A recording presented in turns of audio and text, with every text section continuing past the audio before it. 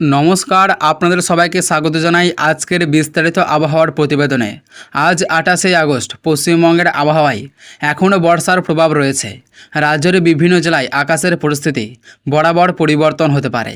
কোথাও সকাল থেকেই আকাশ মেঘলা, আবার কোথাও কিছুটা রোদ ওঠার পর আচমকায় মেঘ জমে বৃষ্টি নামতে পারে। আবহাওয়ার এই পরিবর্তনশীল পরিস্থিতিতে সাধারণ মানুষকে সতর্ক থাকার পরামর্শ দেওয়া হয়েছে। কলকাতা ও তার আশেপাশের এলাকায় আকাশ আংশিক থেকে মূলত মেঘলা থাকতে পারে। দিনের বিভিন্ন সময়ে হালকা থেকে মাঝারি বৃষ্টিপাতের সম্ভাবনা রয়েছে। বিশেষ করে দুপুরের পর মেঘের পরিমাণ বাড়লে কিছু এলাকায় বৃষ্টির প্রবণতা বাড়তে পারে। কোথাও বৃষ্টি অল্প সময়ের জন্য হলেও স্থানীয়ভাবে মেঘ তৈরি হয়ে বেশি সক্রিয় হলে বৃষ্টির তীব্রতা কিছুটা বাড়তে পারে। কলকাতায় বৃষ্টি হলে শহরের নিচু এলাকাগুলিতেও সাময়িক জল জমার সমস্যা দেখা দিতে পারে। রাস্তায় কোথাও জল জমে গেলে যান চলাচল ধীর হয়ে যেতে পারে।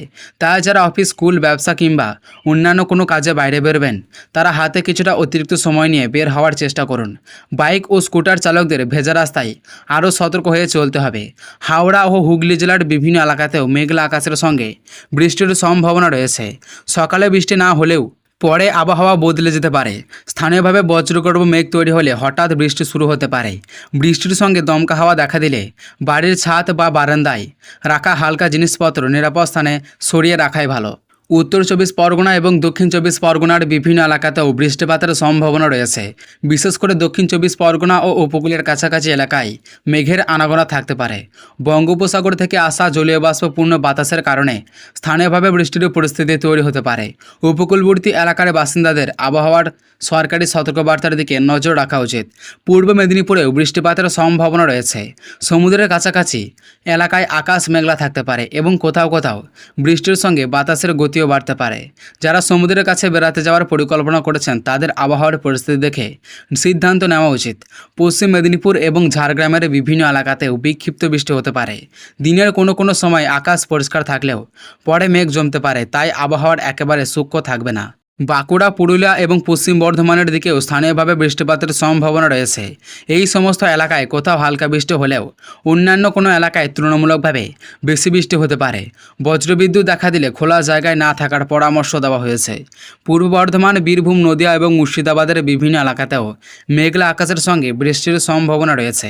কৃষকদের জন্য এই বৃষ্টির পরিস্থিতি গুরুত্বপূর্ণ। বৃষ্টির জল কৃষিকাজের উপকারী হলেও জমিতে অতিরিক্ত জল জমে গেলে ফসলের ক্ষতি হতে পারে। তাই জমিতে জল নিষ্কাশনের ব্যবস্থা ঠিক রাখা দরকার। এবার উত্তরবঙ্গের দিকে আসা যাক। দার্জিলিং ও কালিম্পংয়ের পাহাড়ি এলাকায় বৃষ্টিপাতের সম্ভাবনা রয়েছে।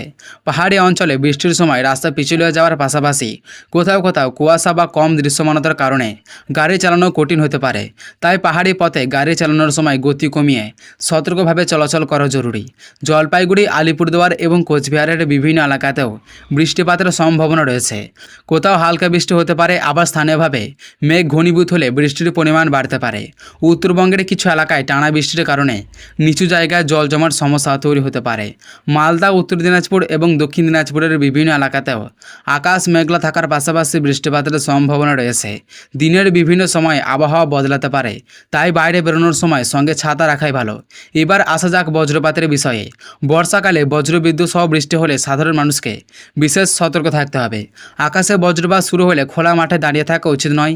বড় গাছের নিচে আশ্রয় নেওয়া বিপজ্জনক হতে পারে।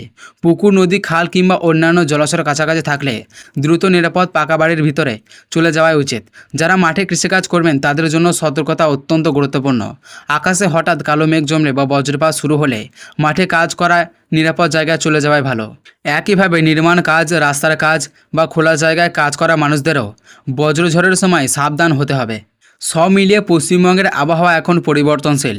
দক্ষিণবঙ্গের একাধিক জেলায় বৃষ্টিপাতের সম্ভাবনা রয়েছে এবং উত্তরবঙ্গের বর্ষার প্রভাব বজায় থাকতে পারে। কোথাও হালকা থেকে মাঝারি বৃষ্টি, কোথাও স্থানীয়ভাবে বৃষ্টি হতে পারে এবং নিচু এলাকায় বজ্রবিদ্যুৎ সহ বৃষ্টির পরিস্থিতি তৈরি হতে পারে। তাই আজকের দিনে বাইরে বের হলে সঙ্গে ছাতা রাখুন, বৃষ্টির সময় গাড়ির গতি কমিয়ে চলুন এবং বজ্রপাতের সময় নিরাপদ আশ্রয় থাকুন। কৃষকরা জমির জল নিষ্কাশনের দিকে নজর রাখুন এবং উপকূলবর্তী এলাকায় মানুষজন সরাসরি আবহাওয়ার সতর্কতা মেনে চলুন। এই ছিল আজকের বিস্তারিত আবহাওয়ার খবর। আবহাওয়ার পরিস্থিতি পরিবর্তনশীল, তাই স্থানীয় সরকারি পূর্বাভাস ও সতর্কতার সবচেয়ে গুরুত্ব দিন। সবাই ভালো থাকুন, সুস্থ থাকুন এবং নিরাপদে থাকুন। ধন্যবাদ।